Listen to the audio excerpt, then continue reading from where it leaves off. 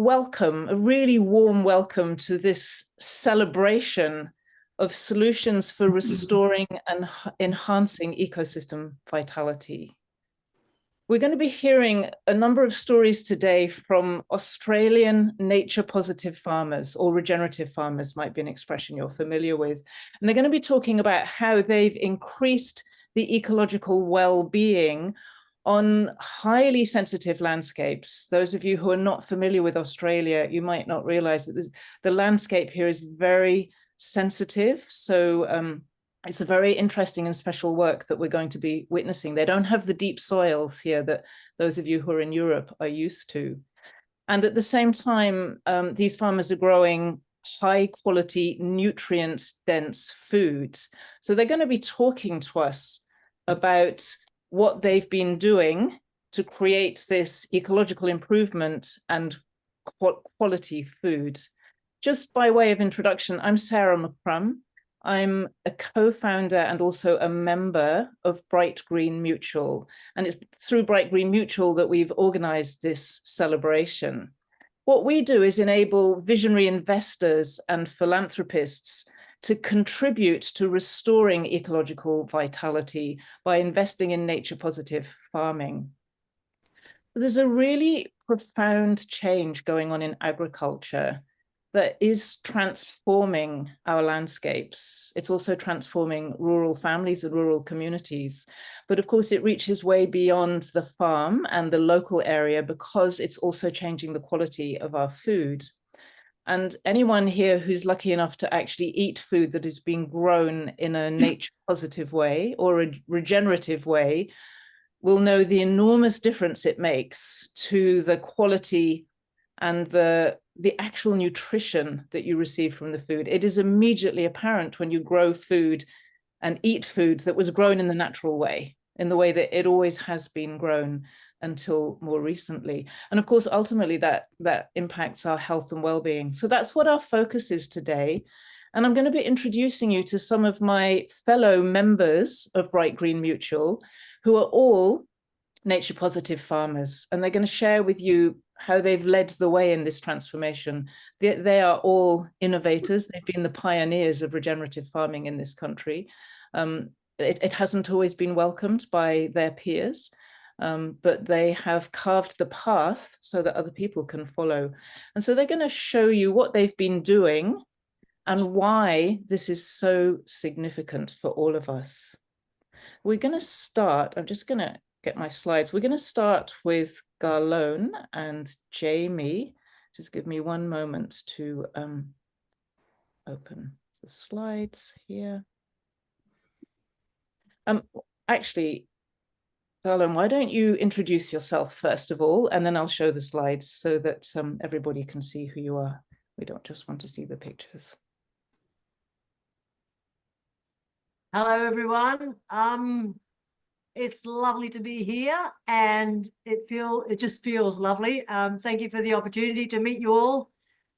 I'm sitting in Bowen, or sort of between Bowen and Collinsville, North Queensland. Not probably a very well-known place in the world, but we have 13,000 hectares that's been in Jamie's family for a couple of generations. And yeah, by the time our turn came to manage it, it wasn't in great shape. But yeah, that's the beginning of our story. But yeah, fire away, Sarah.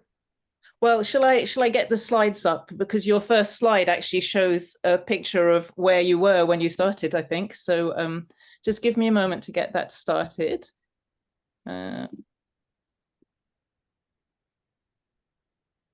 Okay, it's all yours, Garlone. Wow. Just tell us about it. Wow. Yeah, 100 years of uncontrolled selective grazing, unfortunately, on reasonably fragile, we're dry tropics. So it's wetter north of us and it's wetter south of us, but we're in a funny little pocket of dry tropics. So the longer your dry periods, the more sensitive your country will be to uncontrolled selective grazing. Garlone, so, yeah, that's our stuff. Can you explain what uncontrolled selective grazing actually is, very briefly? It's just allowing the cattle to roam wherever they like and select whatever areas and plants and really overgraze certain plant communities and certain areas until they're basically desertified. Looking like this. Yeah. Shall I show the next slide? Oh, yes, please. This is the same place, isn't it? It's exactly the same place. Yeah, yeah. So that's 10 years down the track of regenerative farming. And it is the same time of year. It is October.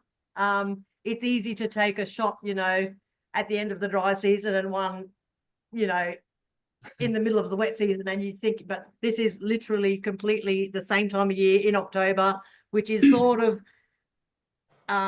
we have dry sort of springs, so that's spring, and we don't really expect rain for another 2 months, let's say 2 months. So for us, yeah, that was a big step forward, and that's just from controlling where the animals graze and how long they're there. It's not rocket science, but it makes a hell of a difference. Yep. Well, let's just go back, Garland. I mean, it's very obvious when we look at the previous picture that some of the reason of why is very obvious in that picture. But actually, what was happening when you inherited this land and you took responsibility for it? Why did you start to change direction? Oh, I'd love to give a romantic, altruistic, but it is just desperation. And we were in the middle of a big succession. There was 5 children in that family, and everyone wanted a piece of it. So we were stretched, financially, so stretched, and the production off that land, you can imagine, was not great. And so we were just basically desperate, and there was not really, we didn't feel there were many options. So Jamie, my husband, that's his family's property. He'd seen in his, and he was only 27, 28, and he'd seen in his, from a teenager to adulthood, another big step downward ecologically. And so, yeah, he was ready to try something different. So, and how did you find something different? Oh, a few really good peers in our district, and of course, Resource Consulting Services were running workshops, and that was the start of our controlling where the cattle grazed and how long they were there and what they grazed, and we didn't realize They how taught far you a along. system. They taught you a system for managing the cattle. Yeah, grazing principles, I guess, just grazing principles that then you have to adapt to make work for you in your situation. But we didn't realize how far along the path to desertification we'd come, and we didn't necessarily believe we could reverse it. But now the relief to know that you can reverse that trend, grow good food. Yeah, it's lovely to talk about this, because we sort of take it for granted, but it's nice to relive it a little bit and go, yeah, what a cool thing to do with your life. Well, I'm going to take you back a little bit further. You shared these slides with me. I guess there's a story to this one. Oh, yeah, same early period. It's a pebble mound mouse mound. So we have a tiny little mouse, a little Australian native that makes these mounds, and you could clearly see it there. But the landscape behind is just really, really beat up. That was 1996, I think. And 1 species of grass just trying to survive, 2 species of trees, Just and so not a whole lot. Yeah, yep. Okay, and this one? And the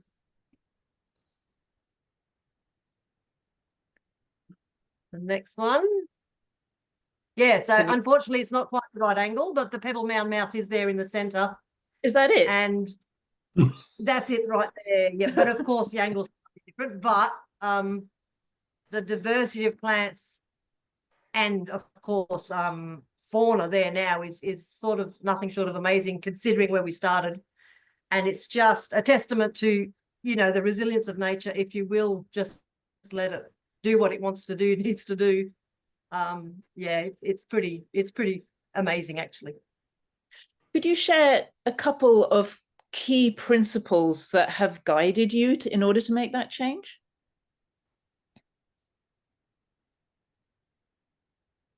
Do you mean operational management things or values-driven ideas, or I'm not I sure, think, Sarah? yeah, I think kind of more in the values. We're going to have other people talking a bit about what they've done at the operational Yes. level. But I'm curious about what's guided you, what principles have you worked by to create this kind of transformation? Well, as I said, desperation led the first, we've got to try something, we've got to do something different here. But then as the landscape comes to life, and we are in the blessed position to be able to observe one piece of country in detail, and not many people get to do that. You know, scientists don't get to do it, ecologists don't really get to do it. We get to do it, and we put our ego in our pocket and try not to find what we're looking for, just let it happen around us.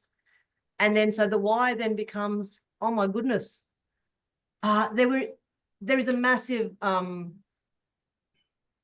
extinction process going on, and so we're worried about vulnerable species and rare. We were seeing common species disappear, and that is really frightening. And so we're so proud and aware to have even the common species that, you know, it's sort of like boiling that frog. You don't realize, and then you go, holy shit, I haven't seen this. But anyway, long story short, our Well, we've common got some species species here. oh, show me my species. Oh, so this little bloke, it's just the way he's looking at us that, you know, these guys in breeding seasons, they get up on tall places and they will just look at you. They look you in the eye. And that's probably a massive why now, is the responsibility and the journey we're doing with these creatures. And this is one of hundreds. And if we go into the insect world, well, we can't even go there, but just the mammals, reptiles, birds, the interaction that we have with them, that our management influences what they're doing. It's I don't have the words. It's just fabulous, amazing, grounding, humbling. We're grateful. It's yeah, it's become the big why. The big why we do what we do now is all these little critters, I think. As much as we love our livestock and we love our horses and dogs and all that cowboy culture stuff, but underpinning it is the what we get to do every day with all these guys. Yep. And this one, can you tell us something about this one? Oh, the greater glider. So they're the biggest gliding mammal, I think, in the world. They are like a big cat. They can glide, oh, I don't know, I think it's up to, I'm going to say 100 meters because I've forgotten, I'm not a very technical person. They live in the big trees with big hollows because they're a big animal. And 2 generations before, they cleared all the riparian areas to, in theory, make more water in the creeks. And I think we suffered a massive decline in these guys, but we're seeing them again regularly, and it's just fabulous. Yeah, greater glider, they've split them into 3 different subspecies now, and we're not sure exactly which one that is. But yeah, just incredible. The life around us is amazing. Beautiful. And you take wonderful photos, Scarlett. Thank you. Okay, well, we're going to move on now to Greg and Anne-Marie, and they're going to share a little bit of what they've been doing on their farm. They're also grazing cattle. Greg and Anne-Marie, would you like to introduce yourselves? Just tell us a little bit about what you're doing there, and then I'll show your photos. Yeah, thanks, Sarah. Hello, everyone. We're 2,500 hectares between Toowoomba and Roma, South Queensland. We were just going to actually start, just read our vision, because that identifies or outlines the approach we take. Beautiful. Share your vision. Do you want to be up that? Or? Yeah, we live our lives in a way that supports us, our family and community to be who we truly are. We live with open communication, respect, emotional safety and gratitude.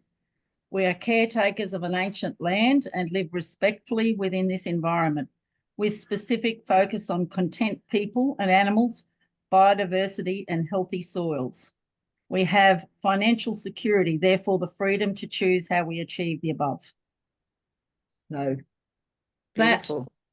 that hopefully drives everything else that we do. And Well, you I'm wanna gonna say, do you want to add something to that? And then I'm going to show, actually, I'm going to show a picture of your family in a moment, because that's clearly the center and the starting point of everything that you're doing. So is there something you'd like to say to the vision first, Greg? how we came to be. Well, yeah, basically that if we make a decision, we run it through that. Is probably, and like how we got here. I'm one of 7 and Anne-Marie is one of 6. So from a succession point of view, when you start chopping that up, there wasn't, we never thought we'd be in the position to actually own, have our own land to manage. The opportunity came up, and in all honesty, I was 35 and it was just a massive opportunity we never thought we'd have. And we basically bit way off more than we could chew. So when you eat the story is eating an elephant, you do it one bite at a time. But when you start biting into the trunk, it swings you around a fair bit and you got to hang on awfully tight. And that's pretty much how we ended up with the choice. Do we park it up, let it go and work for other people? Or do we have a crack at hanging on? And like we're still here. But that's sort of You've had to do both, haven't you? You've had to do both, haven't you? Yeah. And Garland's point was exactly, Garland. We'd like to have some lovely altruistic thing. It was bloody hell. We cannot keep doing what we're doing, and because this is not a generational place. Yeah. We actually came onto it through assistance from my parents, and it's not the place I grew up on. It's a little way from where they are, but so we took on something that was really degraded, you might say. Yeah. And that was so during that whole process of do we park it up and walk away or have a crack was where we got introduced to RCS and the way they manage businesses. And out of that, it was what we learned is that it's more about managing people and how you make the decisions, and that's what led to our vision.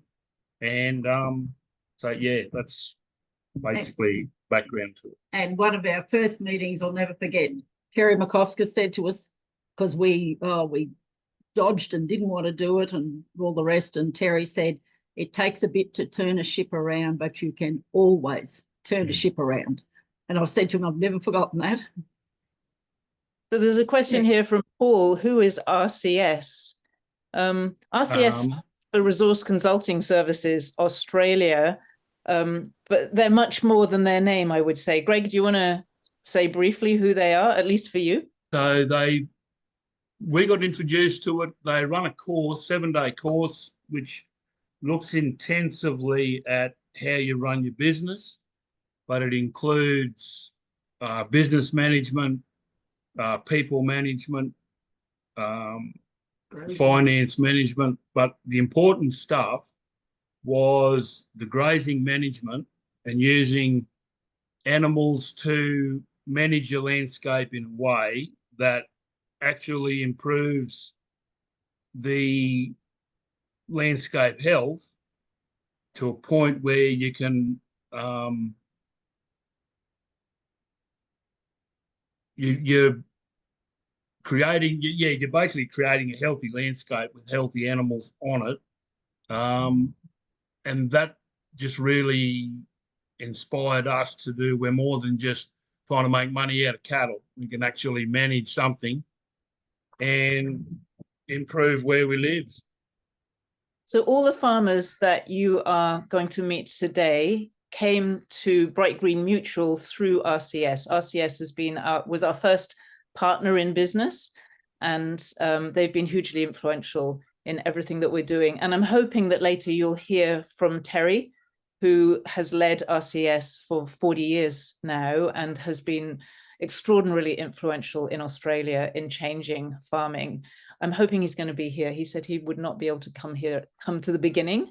So I should get him in at the end. Let's have a look first of all. Let's open the slides and have a look at your, oh, that's not your family. There's a family, they've got big eyes. That's me when I was a kid. There's your family. So this is the center of your vision, really, isn't it? Yes. I mean, and our son is the youngest, and he's in the middle only because it was his year 12 graduation. Okay. And are any of them working on the farm with you? No. Logan works up north on a cattle place. He's been there for 12 months and he's going back this year. So in So their non-working season, their wet season. So he's still home at the moment, but goes back next week. Yeah. So yeah, he's been home for a couple of months. Yeah, but Laura, or one on, what would that be? Left. Yep. That's one. She's in Melbourne. Yeah. Riley's just graduated and then works in Brisbane, and Logan's up at Julia Creek. Okay, well, let's have a look at the grass. What's the story of this grass? That there was,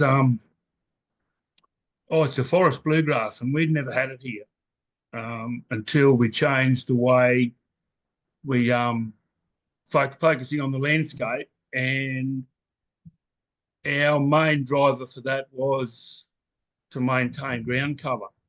And so you rest your paddocks for extended periods, and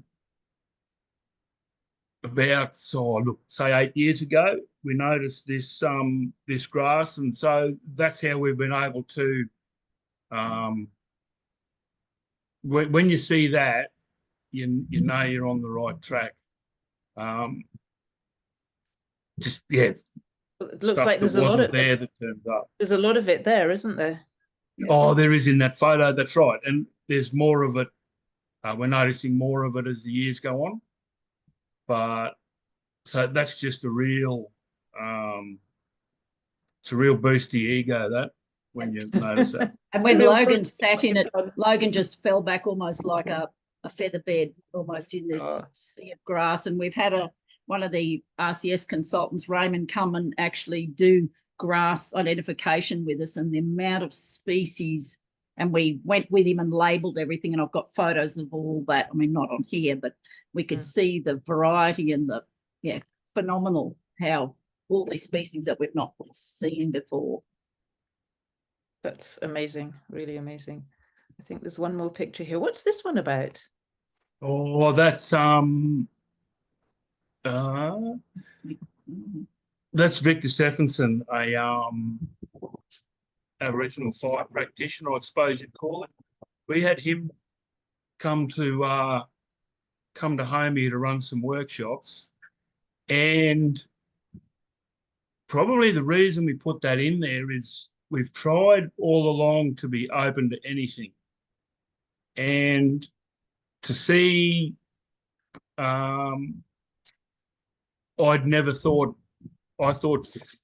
originally thought fire, for a long time that fire was bad for a landscape because it would damage that top inch of soil just by being too hot. And being introduced to this means that, like in the non-growing season, you can control burn areas, and it actually improves the landscape. So there's a few of those things, a lot of those things we've tried to do and continue to do, but it's all about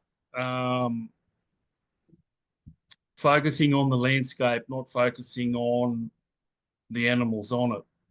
And when you do that, like, you find there's more grass species, we've got birds, we've had ecologists do some studies, and they found a few endangered things, a bit like Garland with grey snake, and they found a painted snipe here.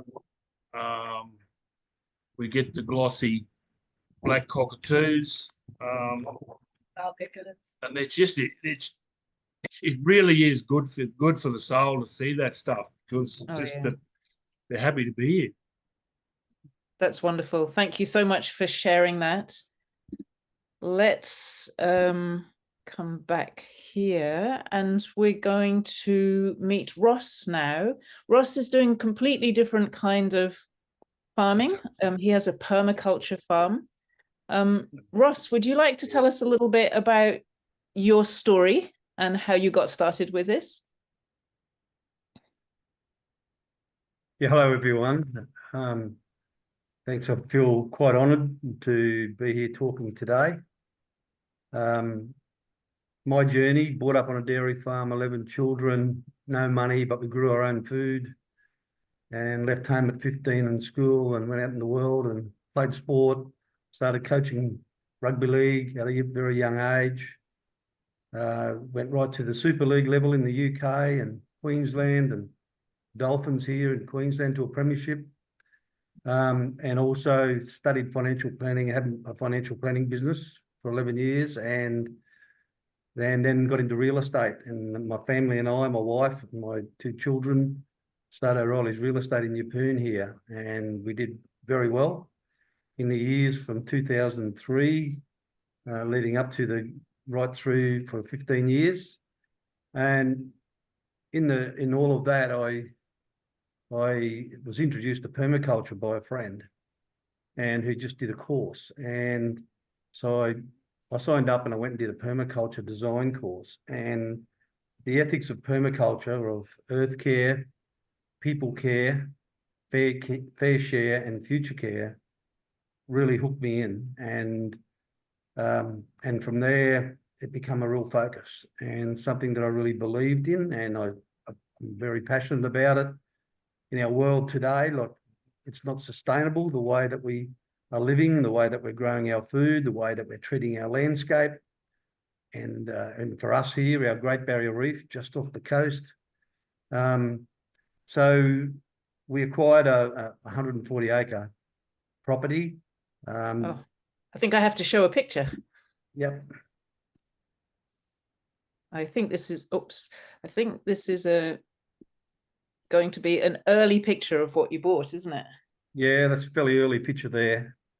The land was cleared by a developer some time ago, and a lot of lantana had come back, and lantana's a weed that's taken over the east coast of Australia just about, an introduced species from the UK.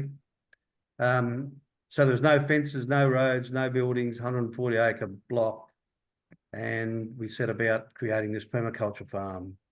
Okay, well, I'm going to check. I've got quite a few slides for you, Ross, so perhaps you can tell us a bit of the story of what you've done and what the outcomes have been. Yeah, well, we created a 2-acre market garden. Well, first of all, we're totally off-grid. We chose to be off-grid completely.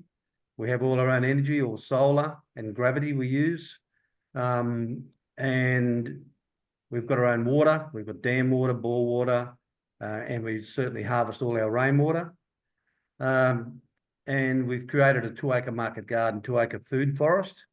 And that's on swales, on a bit of a slope. So we use swales are very big in permaculture, and swales Can you explain what a swale is? We're looking at a swale being constructed here. What is it actually? Well, a swale is like a ditch or a trench on contour. That means it's level around the landscape, like a dam wall, and you dig a trench and create a mound, and you put these swales all the way down like a hillside. And the main thing it does is prevents erosion, and it holds up the water and allows it to soak into the landscape. And the swales flow into each other, and there's hardly any water comes out the other end because it's all been utilised and all soaks into the landscape. And our food forest, you'll see some pics of that. It's just amazing. Right. It's 6 years old now. This is in the market garden early days, where we were doing some composting and creating a little shade house to do some propagating. You can see there wasn't too much there at all, starting from scratch. Oh, yeah. the pictures might be slightly the wrong order for you, but we'll go through however we can. Yeah. Righto. Well, I'll jump onto this. Look, these days, last year we did a program with the Great Barrier Reef Foundation because they really love what we're doing. You know, no use of chemicals, no use of poisons. no synthetic fertilizers, no runoff. Of course, we have used swales and a lot of ground cover. And they partnered up with us on a couple of programs.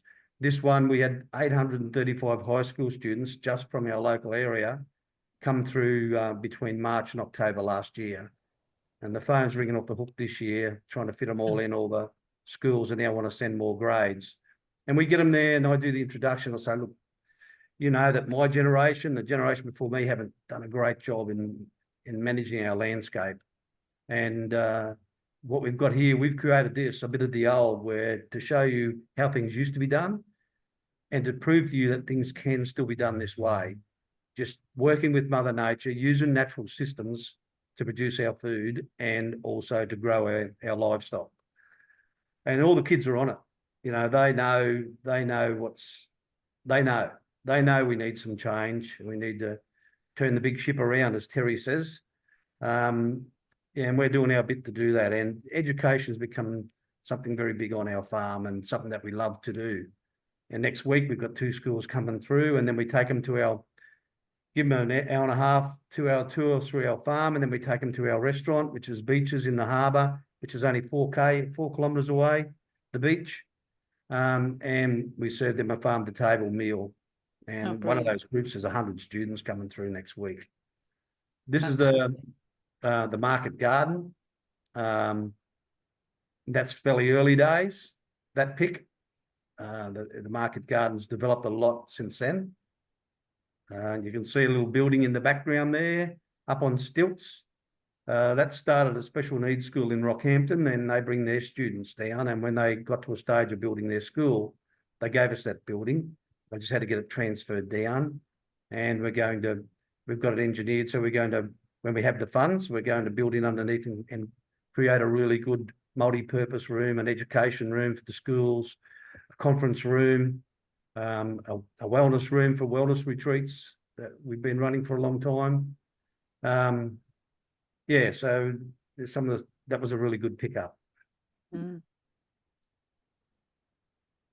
This is more today of the market garden. You can see how it's developed. Lots of food. Now we believe that we've got over 1,500 edible plants in our market garden, food forest, and our bush tucker forest. We've got a 1.5 acre all Australian native bush tucker that we've created. It's just over 2 years old. And our food forest, the market gardens, by the way, it's about 7-year-old, 7.5. And our food forest is about 6.5 years old. And our bush tucker is about 2.5 years old. Can you explain what bush tucker is for people who are not from Australia? Yeah, bush tucker, well, it's what our Aboriginals survived on for 60 to 70,000 years. All Australian native plants and Australian native food. And we got the Durrumbal people. I've always had a good connection with them. As I was coaching on my way up, I started coaching in this region, coached a lot of Aboriginal young men, and I've always had a good connection with the local Aborigines, the Durrumbal tribe.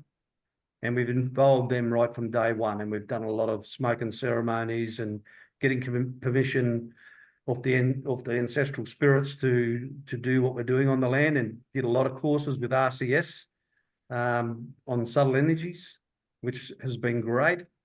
And I think all those things have contributed to this farm that's now thriving and evolving far quicker than what we ever imagined. And there's just some people coming through for a tour. That's fairly early days as well. I grabbed a couple off your website because I couldn't resist them. This is a harvest we were doing in winter when we're up and running. These are all organic. They've never seen any pesticides, herbicides, any synthetic fertilizers. We do a lot of composting ourselves. Use all our animal manures and worm castings, and it's all about healthy soils. Healthy soils create healthy plants, and healthy plants create healthy humans. And here is just a harvest. We were doing, with that harvest there, doing 30 farm boxes with 11 items in each box, selling them at our restaurant, or they'd all pre-order online. And yeah, $30 for a box of organic veggies, and we couldn't keep up. Brilliant. That's fantastic. Thank you, Ross. All right, so we're going to move on now to Rod. Yes, again, a very different kind of property. So the restaurant is in Yeppoon. It's just by the marina. It's in the marina, near the marina, isn't it, Ross? Yeah, yep. Yeah, Yep. it's great. I just Great want to place. share one more thing, and that Yeah, was please the do. original vision statement that we set to Oh, create yeah. an ever-evolving, self-sustaining model, nurturing love and joy in harmony with nature for the better good of all. That's how you make your decisions, huh? It was right back before we even started. Yeah, and hasn't changed. No, not at all. Yeah, On track. beautiful. Thanks, Ross. Okay, we're going to go to Rod, who's going to talk a little bit about the impact on the environment. In a way, everybody's talking about that, but it's, I think, a particularly interesting property from that perspective. So, Rod, would you like to introduce yourself and tell us a little bit about what you're doing? Rod doesn't know which photos I've chosen because I picked them for him from a video today, so we're going to have to busk this one a little bit.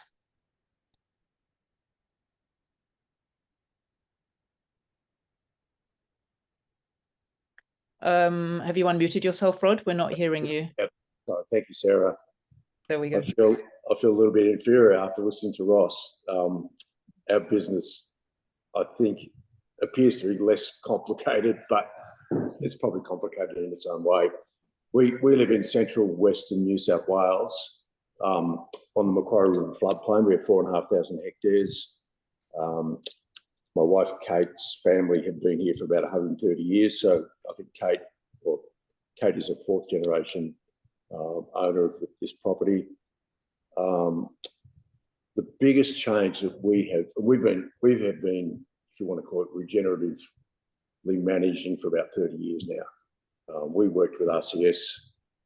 We did one of their first courses in Australia over 30 years ago, and we have seen massive changes in the country on our place. We inherited a typically Western New South Wales set stock property where animals, they didn't freely roam, but they overgrazed all the paddocks. So basically all the really good productive grasses and herbage had been grazed out, and it just didn't exist. So we really inherited an annual pasture. So when it rained, we got things came up, they germinated, and then when it dried off, everything died, and it was dusty, and a heap of weeds grew.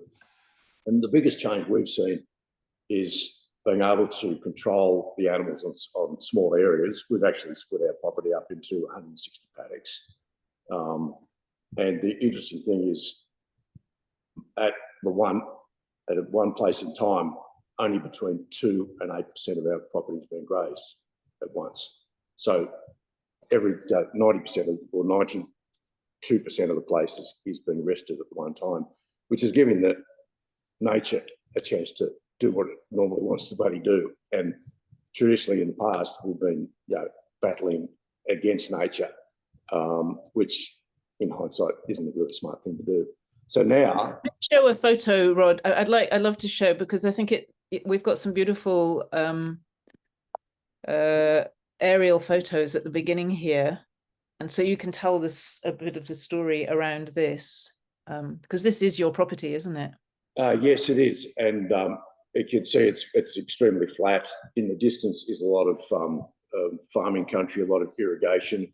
We're surrounded by cropping and irrigation, and almost like a bloody oasis these days. People are still tree clearing in our country, and our place is becoming a haven for biodiversity, which is it's exciting, but it's disappointing to see what's happening outside our fences. So this is a watercourse that's flowing through the place. This is actually after a flood event. So the water in the top left-hand side is on a neighbouring property. The tree tree country is our place, and the bare country on the other side is a farming paddock of the neighbours. So when you took on your property, was it more like this place, the places around here? Yes. Unfortunately, because it's so long ago, with the old Kodak cameras, we never took any bloody photos. Really disappointing, because the difference is just phenomenal. It's actually very similar to what Garland showed. You know, a lot of bare ground, a lot of the time, a lot of dust, and now we have perennial grasses over the whole place, which is, we're getting much greater infiltration of water, much improved biodiversity, and we're actually getting better animal production too, which is really exciting. And I think you said that you from what I've seen, because you have this beautiful video on YouTube, you experienced flooding and you also experienced drought. So as far as I understand, this is a picture of the flooding, and in a moment I got a picture of the drought. So perhaps you could talk a bit about it. Well, the interesting thing with the change in management that we've been doing is the country has become much more resilient, so that we still get droughts and we still get floods. But after every drought and after every flood, our country appears to bounce back a lot quicker than the neighbours do, because we're looking after it. We're trying to match, well, we are matching our stocking rate to the carrying capacity of the country, which varies all the time. If we don't get rain, then we destock. We reduce the number of stock we've got on the place. So this is a photo during the drought. Now, a lot of people would think there's a lot of grass there, and it looked pretty good, but we totally destocked our property in 2017 for nearly 2 years. The neighbours was like a desert. Unfortunately, I haven't got any neighbours' photos, but we had dust storms every day from the surrounding district, every day for months and months. Wow. We chose to look after our environment ahead of our economics, and long term, I'm sure that pays for itself. Short term, those decisions can be pretty hard. People think we're crazy. We're actually, it's pretty handy. We're actually off the main road, so no one sees what we do. Otherwise, they'd be just shaking their heads all the time, I think. Okay, let's talk a little bit about this. I put 4 pictures together here, because these are the different landscapes that you're managing, aren't they?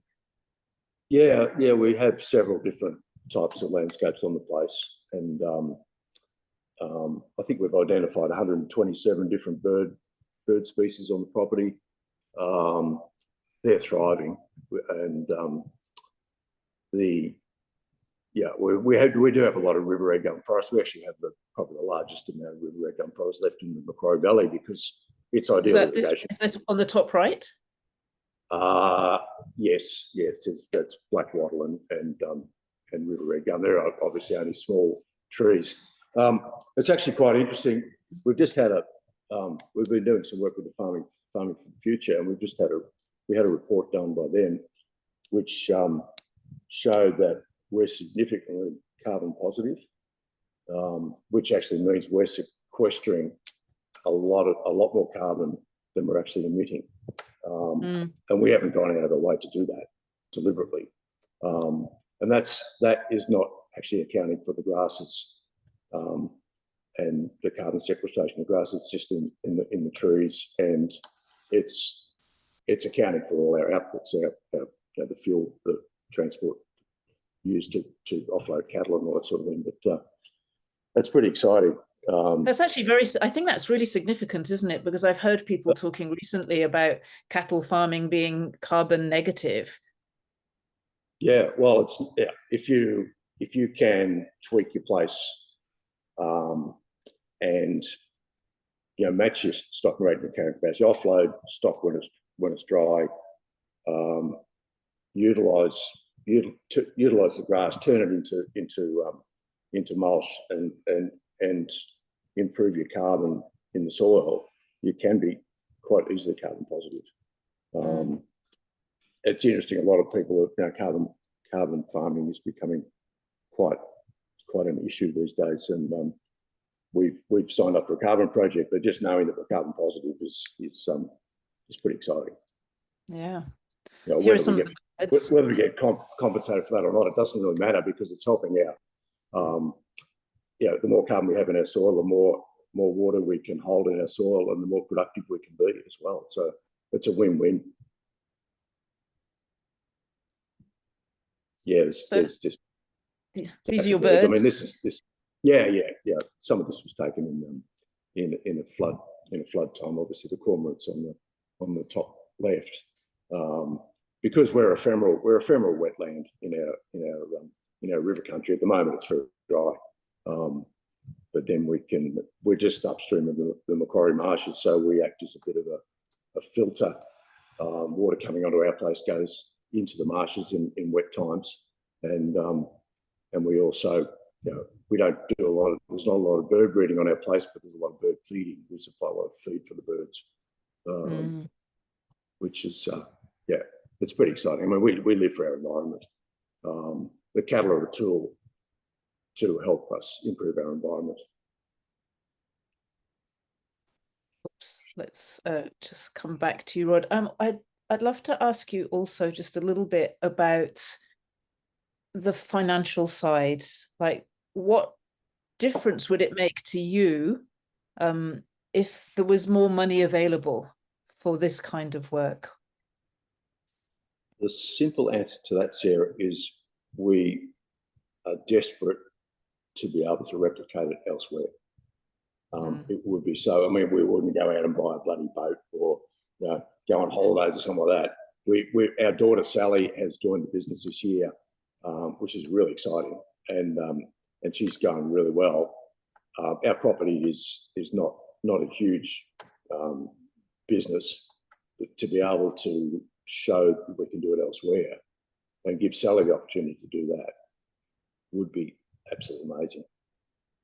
That's what I hear everywhere. It's next generation, and being able to do more of it are the priorities of almost all the producers that I've met and talked about with this, about this. Yeah, well, if someone gave us more money, that's exactly what we want to do. Yeah. And of course, you know, it gets very, not depressing, but it's disappointing when you see people doing the opposite to yourselves in the valley. I mean, they think they're doing the right thing. What we're doing is not necessarily right or wrong or whatever, but we're pretty confident that we're heading in the right direction. And the photos are pretty clear, aren't they? I think so. Yes. Yeah. We've had 30 years of experience, and you know, we don't want to change what we're doing, because we can see the value of what we're doing and improving the country. Brilliant. Thank you so much, Rod.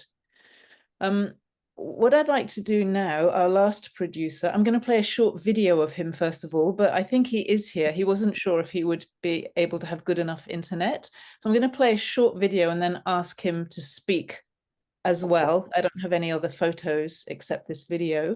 This is Des Bolton. I'm really interested because these are all Australian farmers that we're talking about. And I know that there are many people even on this call and people who've been involved with us already in the past from other parts of the world.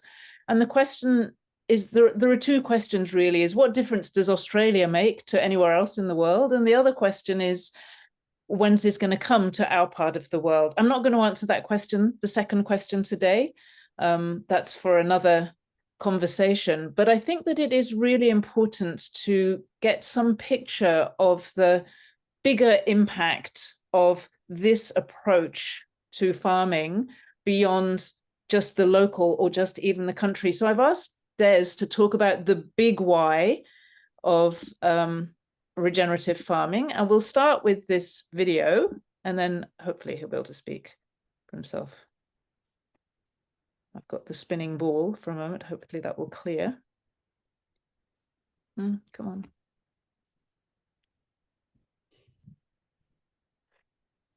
It knows that I'm trying to play a video. All right, I'm just going to try to do this another way. Let me just do this. Let's try once more. Okay. Give me one moment, because I think this is worth seeing.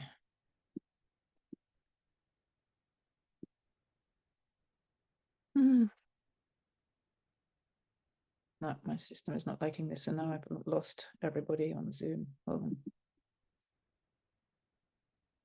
Okay, I actually can't see anyone at the moment. I will try to sort that out. But Des, are you there? Could you just speak, please, about the big why for you and what you see as the real broad scale and long-term impact of the kinds of things that all of these producers have been talking about?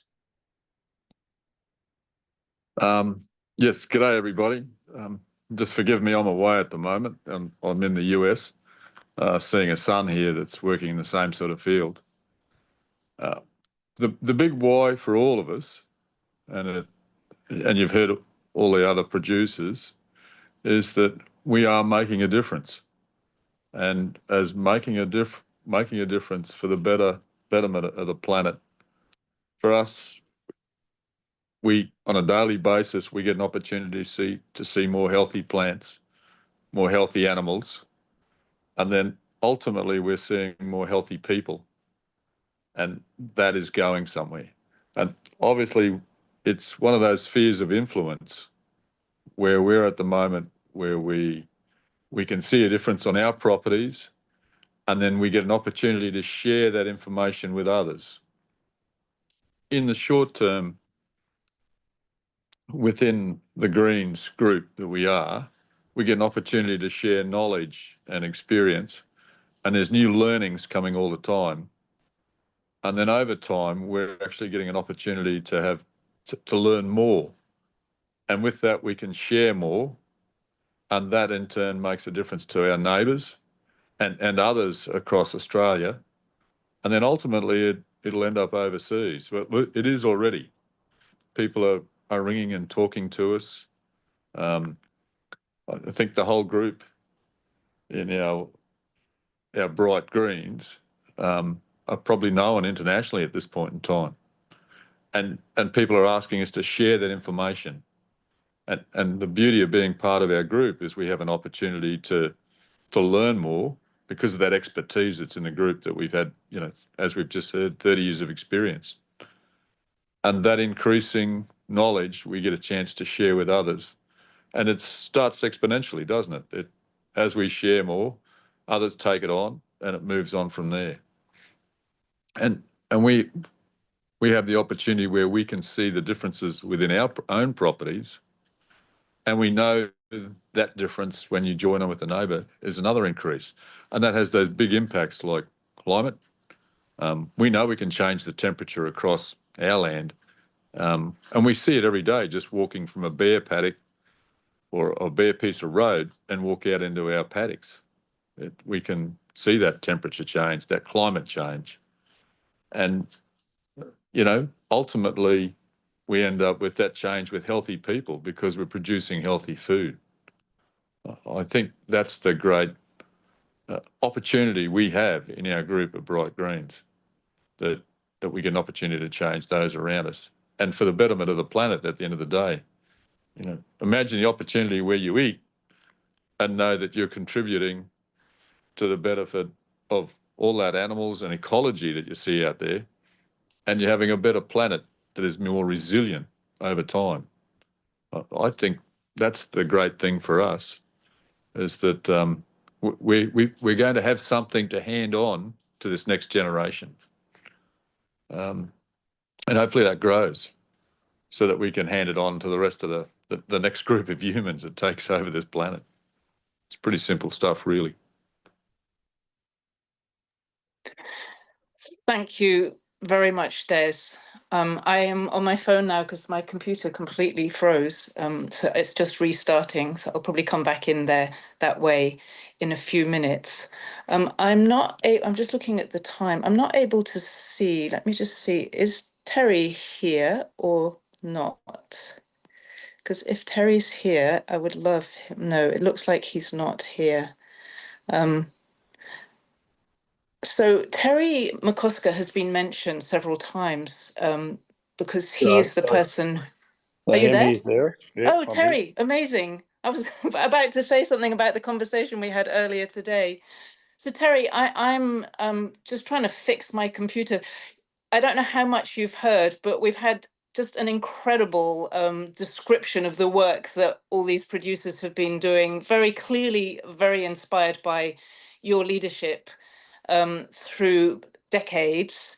I wonder if you could comment, first of all, a little bit on Rod talked about money and the actual financial environment around regenerative farming, and perhaps also a little bit about, from your perspective, why we're working together, RCS or you and Bright Green.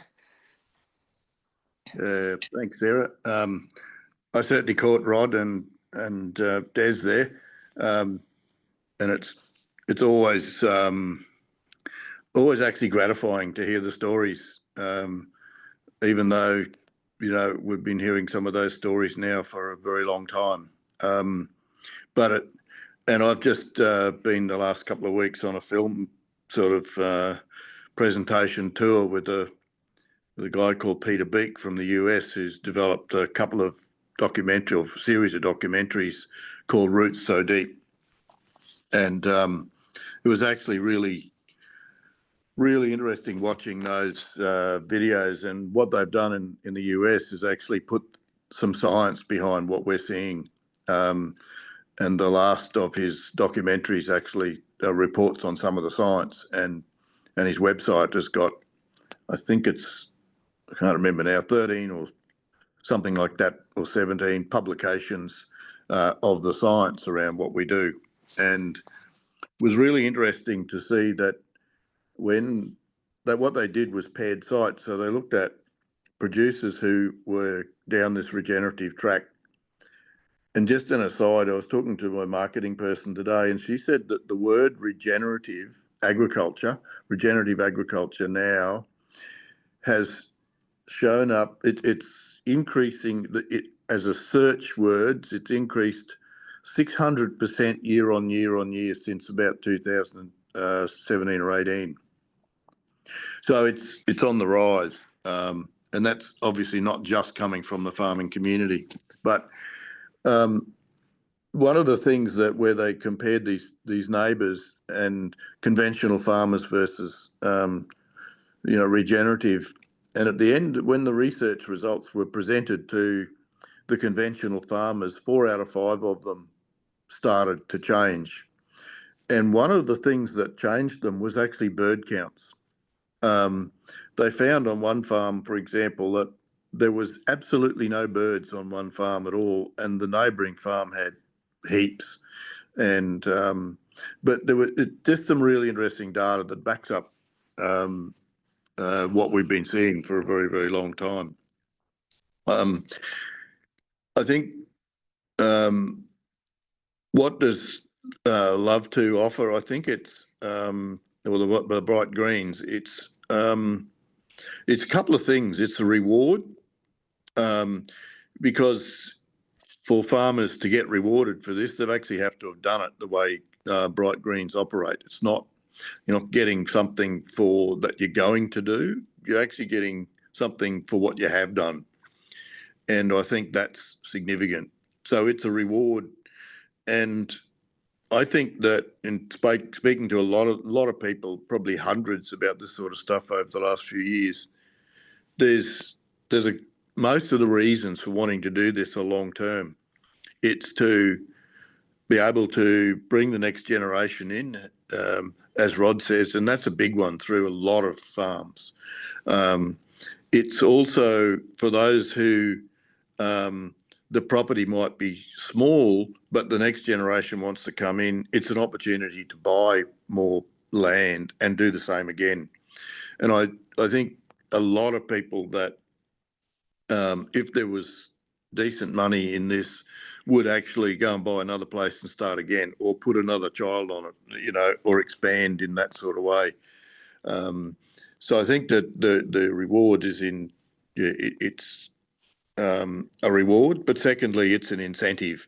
And I think for people that aren't on this journey, it's a potential incentive, but my belief is that things like this, when you're measuring natural capital or you're measuring carbon, that any farmer should be doing regenerative agriculture or taking these approaches for the sake of the land and the ecosystem and the excitement you get out of seeing that change, as Des was just talking about. You know, that's that seeing that change and being part of it is a really, really exciting thing. You want to get out of bed every day because you're creating life. Whereas in a lot of conventional farms, you get out of bed every day and wonder what you're going to kill for the day. And it's a complete opposite. So I think that that incentive, I wouldn't like to see it a monetary incentive. I believe the incentive should be to make the change to your land and then get rewarded for it, and rewarded well enough to do more of it, or have families or extended families or, you know, other people coming into agriculture that want to do more of it. I guess that's more the way that I look at the financial side of it, Sarah. I think that's brilliant, actually. I was thinking about it because Terry and I talked about this a little bit earlier today, because all the farmers you've seen have basically done that work from their own funding. They've stretched themselves sometimes enormously to do it, but they've done it themselves. But I was just thinking, you know, if somebody does work to produce something in a company, we reward them for doing that work. And we've never figured out a way to reward people for doing the work that produces fresh air, clean water, healthy soil, all the nutrient density of the food, not just food. I mean, we can get food anywhere, but is it quality food? The biodiversity, all these things that are essential for life. This is what we've always said in this development of the bright green enterprise. It's always like, these are things that are essential for life. We can't skip them. In fact, we could skip a lot of the things that we do reward people for, but we're not rewarding people for the things that are absolutely essential. And that really goes to the heart of bright green. So because of the computer problems, I didn't manage to explain before Terry spoke. I'll just tell you really briefly what we do in Bright Green Mutual to put what he said into context. So basically, with farmers, including the ones you've seen, we have evaluated the ecological improvement that they've produced. And as Terry said, we've looked at it going backwards. We've actually looked at what they've done, the kind of improvement they've produced already that is proven, so the outcomes that they've created.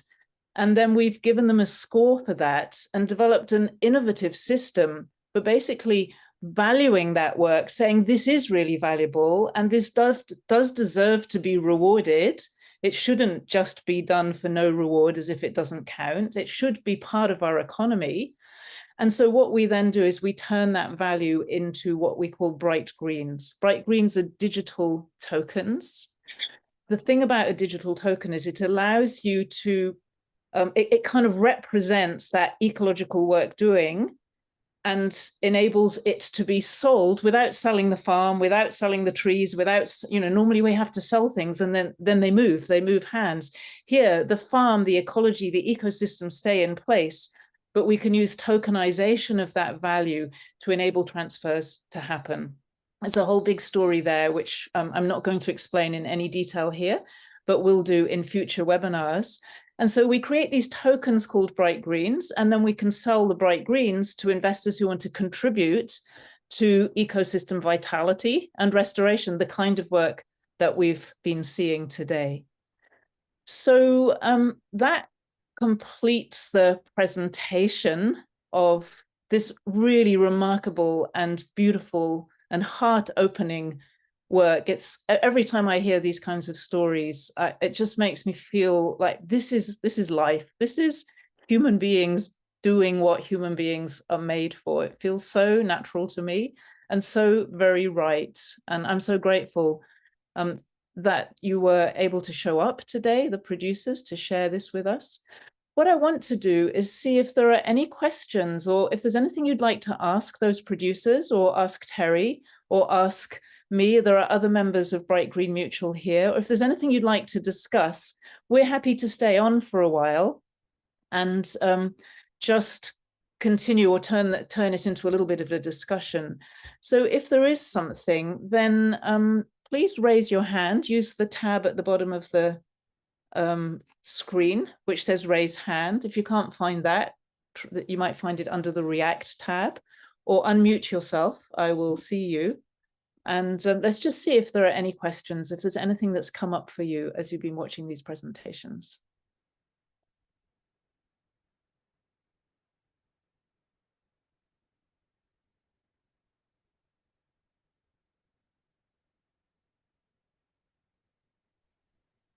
Yes, Gillian.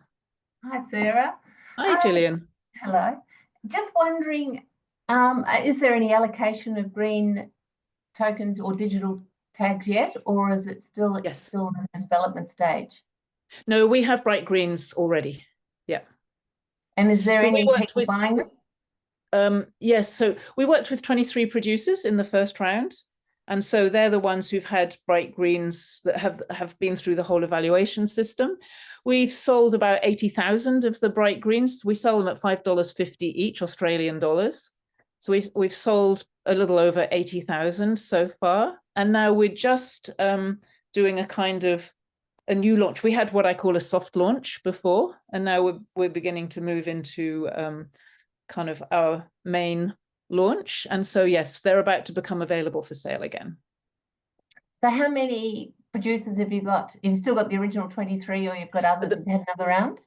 At the moment, we're still on the original 23. We'd like to sell more of the bright greens from them, and then we will start bringing in other rounds. I know that you represent a group of regenerative farmers, don't you? So, yeah.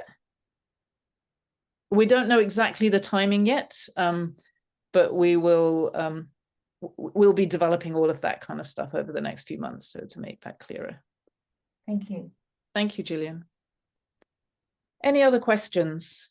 Anna, did you have a question, Alana, or not?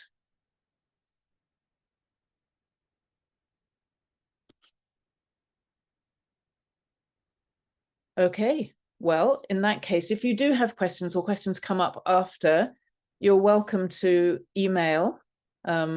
Just send us an email in reply to any of the emails that you've received in preparation for this event.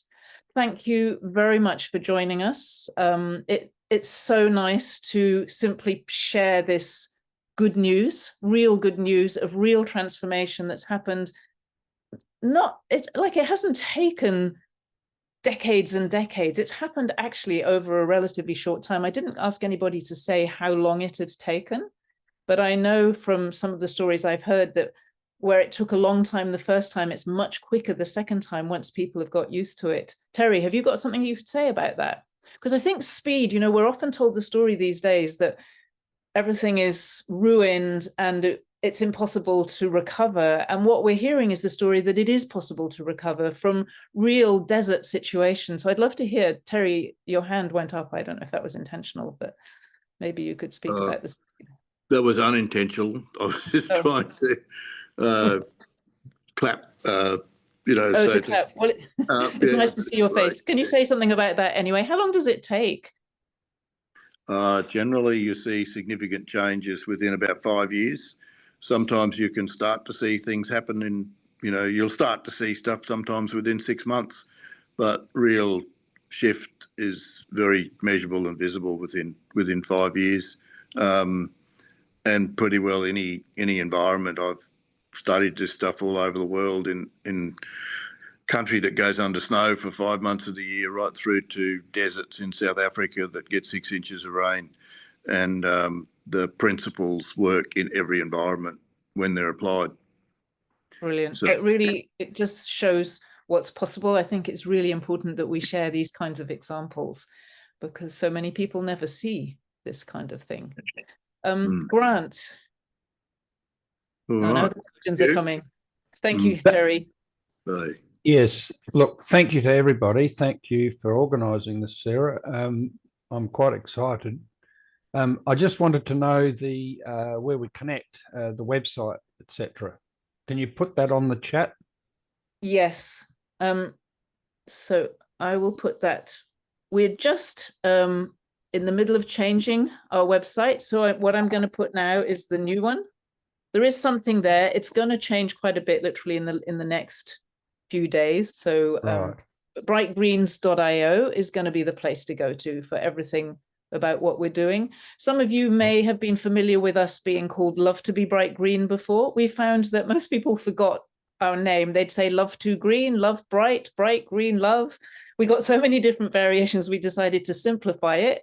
So we are Bright Green Mutual now, and our website is brightgreens.io. So everything is about being bright green. Thanks, Grant. Thank you. Thank you. Pam. Hi, Sarah. Hi. And again, I want to say thank you to the producers for giving us that overview of what you're at. It just stuns me what you do. My heart is completely melting. But I put my hand up because there was a question earlier for Rod from SJ, and SJ asked, are you also breeding your cattle or just running steers? Rod?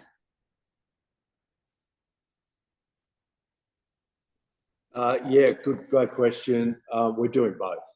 We're doing both. Because we're prepared to offload all our animals to look after our environment, we will. At the moment, we have 500 cows that are pregnant and are going to calve that were bought last year. If things get dry, we're actually considering selling some of them now because we're on the edge of seasons now that we haven't had any rain. But we buy in cattle to grow, to put weight on and sell them, but we breed. However, if things get dry, we sell our cows as well. So we don't get hung up on genetics, because that's in the past that's a recipe for hanging on to your livestock, potentially hanging on to your livestock and causing a lot of potential environmental damage. So we choose not to, but we need other people to hang on to the livestock so we can buy them from them. So we do a bit of both. But the cattle are always for sale if the environment is going to be jeopardised. Thank you, Rod. Gail. No, hold on a sec. Sorry, Gail. Hold on a second. I'd love to ask another question. So I think the ones that I've seen so far are all breeding cattle or running cattle. Is that right? Have I missed something? Ross. Not Ross. Yeah, not Ross, obviously. Ross is permaculture as well. There are some down in Tassie who are running sheep. And then Di and Ian over in Western Australia, they have sheep and they're growing wheat. Yeah, that's what I was going to ask about crops. So we do have some people doing. We have some, yeah. We're early days, but we have some, yeah. And it works for just as well for cropping.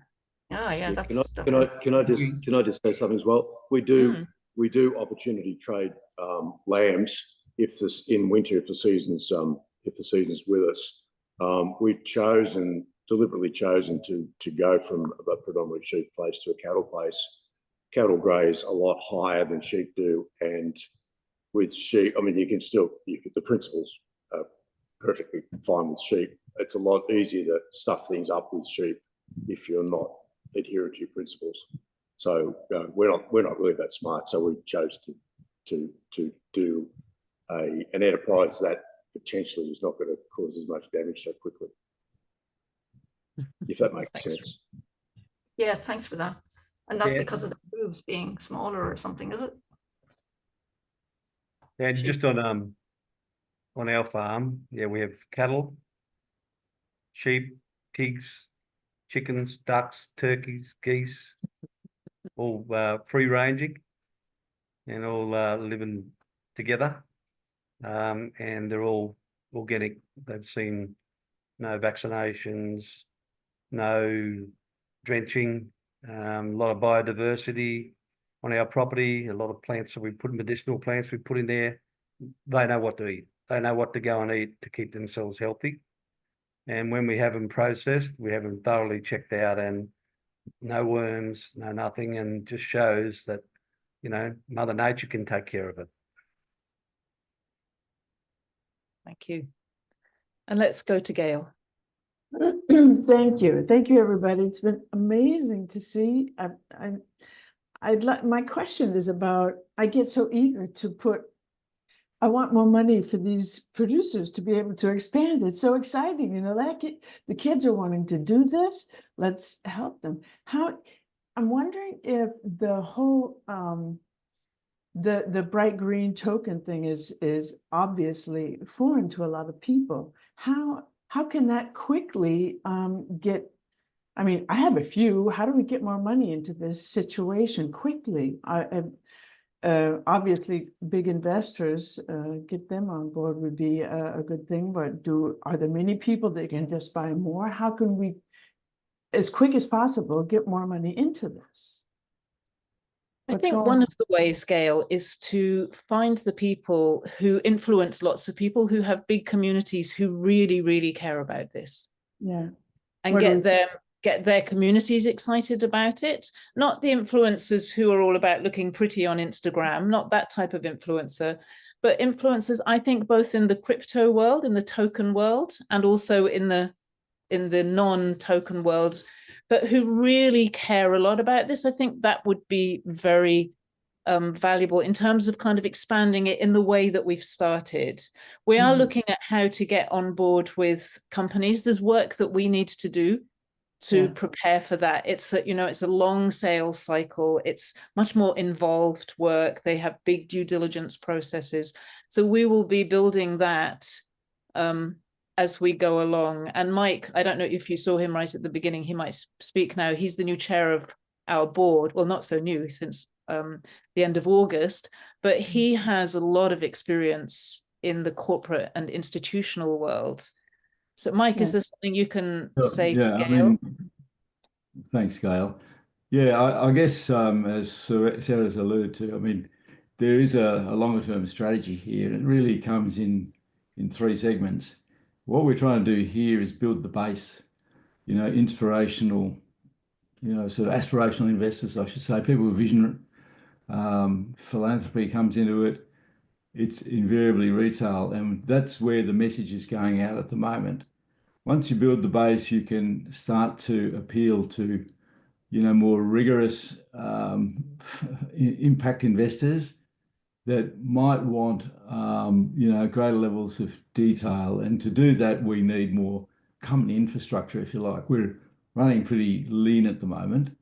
And the third phase would be to develop a methodology in alignment with corporate liability needs, emerging reporting requirements that corporates have, or indeed things that they might have to do for their banking and insurance arrangements. So, but there's a lot of work for the third category. So it's a staged approach where we get the ground base working, we generate some funds, and we go up the ladder that way. Okay. Yeah. Thank you. So it's not just a question of showing up at Acapulco. I saw Jeff is in Mexico. Jeff, you're not at Acapulco, are you? I don't know if he's still on the call, but that would have been brilliant. But I see there's a lot of, you've got to get your chickens in order before you can stand on the stage and say what it's all about. Okay, thanks. But we get our chickens in order by being out there in the world. And doing that, doing that job and getting people into getting that, as you know very well, I have to say, because Gail was our original buyer of Bright Greens. I hope it's okay to say that she was the very, very first, before we even started the sales. She was a kind of pre-sale. So you have a very special place in the Bright Green history. Thank you. I want to buy more as soon as possible. Yeah. Okay, well, we can have a conversation. Wonderful. Yeah. Grant, is your hand up again? Yeah, okay. Yes, it was something Gail said that triggered a memory. The interesting thing about the capital world at the moment is that there's a lot of opportunities that people are poking up to invest, in cryptocurrencies, in various other industrial type processes. The interesting thing is, and I don't think it's been brought up here, is that when you look at growing plants, your return on investment for every plant that you put in the ground and get produce from is huge compared to what you get out of a return from an industrialized corporate type investment process. And I don't know whether people have actually cottoned on to that yet, but I saw a little YouTube video just 2 days ago about Jerusalem artichokes, and what one plant or what 10 plants can actually produce in terms of weight of product. And that's just one example. But I mean, every one of us knows that a carrot grows seeds. If you've got viable seeds out of that carrot, you get multiple carrots from one plant. So the return on investment concept that we've always looked at in terms of investing, I think should be emphasized a lot more in Bright Green Mutual and other Food Revolution and various other companies that are coming up for the natural environment like this and for regeneration. I think you would get a lot of interest from people who aren't even in farming if you emphasize that return. I mean, some people have mentioned something like 16%. That's taking costs and everything into account as well. We are looking at the different types of return. For example, the ecological return. We have been looking at a very interesting report that shows essentially like the return on investment in financial terms when you look at ecosystem services. That was done in Canada. Very, very interesting report and phenomenal. I mean, the returns are phenomenal if you look at the value that this work is really producing. So we are looking at how to incorporate that into both the narrative, but also perhaps to get the reporting done on that, to show that a bright green that costs this and does this for a farmer, what it's really doing is something so much more than that. And I think you're right that that's a really important part of the story. Yes. And it's not just the story, it's the actual value. Yes, that's right. And of course, the other side of it is us forming cooperatives and living communities, social communities, instead of corporate farms. That sounds like that's a whole other topic. That's another rabbit hole. That's another rabbit hole. A mutual is essentially a type of cooperative. So we're doing it for this business purpose of bringing producers together. And it's a very interesting experiment. How do you actually run a business as a mutual? It's easy to use the words, but to do it, we're also having to learn how to do this, which is, I think, very good for us, because we have to put aside so much of what we thought we knew in order to be able to make decisions in a different way and get things done. So it's been a very fascinating experiment with a lot of future. I think there's a lot ahead of us. Thank you, Grant. Great session. Thanks very much. Thanks a lot. I'm going to draw this to a close now. Thank you for staying on, those of you who are here. And yes, keep an eye on your emails. I will be in touch with you again. We will be doing more. The next big celebration or public event that I have in mind is going to be about the Great Barrier Reef and how farming influences and impacts the Great Barrier Reef, because there's a brilliant story to tell there, and it's one of the 7 natural wonders of the world. So I think that it is so iconic that it will be a very interesting story. So I'll let you know about that, and I look forward to seeing you again. And thank you very, very much for joining us. Goodbye.